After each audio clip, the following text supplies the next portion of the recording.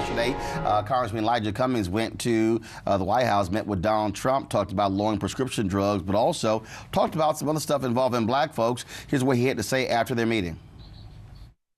I said to him, Mr. President, most respectfully, when you're talking about the African American community, I want you to realize that all African American communities are not places of depression and where people are being harmed.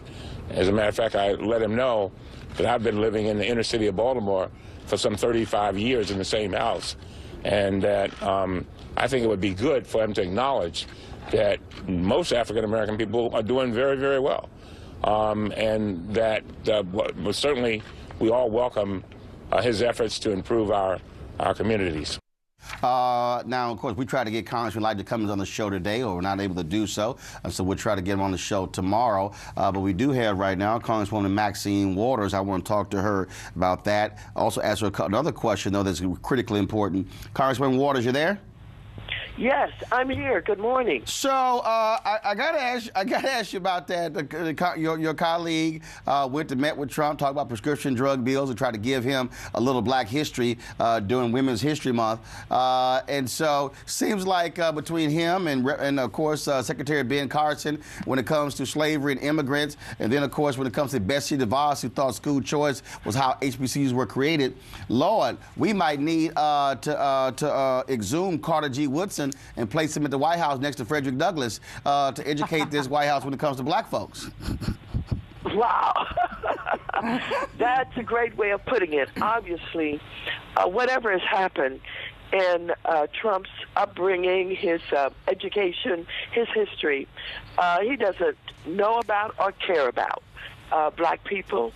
He has a history and a record of discrimination, of making unkind, untrue remarks about black people. So I don't trust him. I don't expect that he's going to change.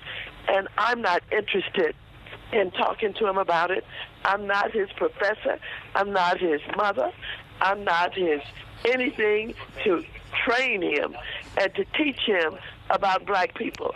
We must recognize that this man is without the kind of history that, can help him to understand how to have an appreciation for various cultures and individuals.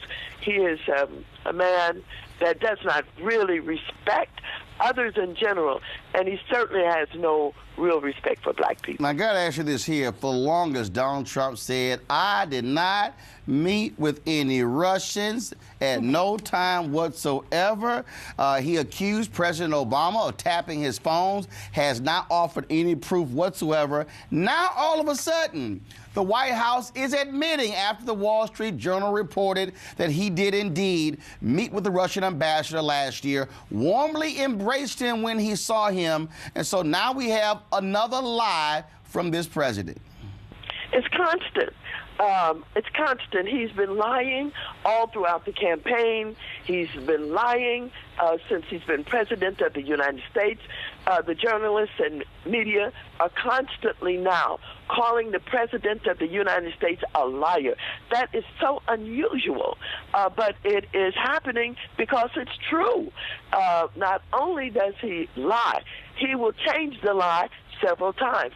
He is, in my opinion, involved with the Kremlin, with Putin, with the Russians, many of those around him. And I've said this over and over again in many of the interviews that I've done. I started early on with my understanding about his connection to the Russians and to Putin, and I'm pleased that people are catching up with this, because when you take a look at his allies around him, and all you have to do is start with his campaign manager, Manafort. Manafort was his campaign manager while he had a contract with the Ukraine.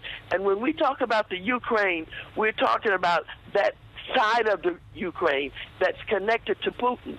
He had a contract with that ex-president who's now in exile over in Moscow.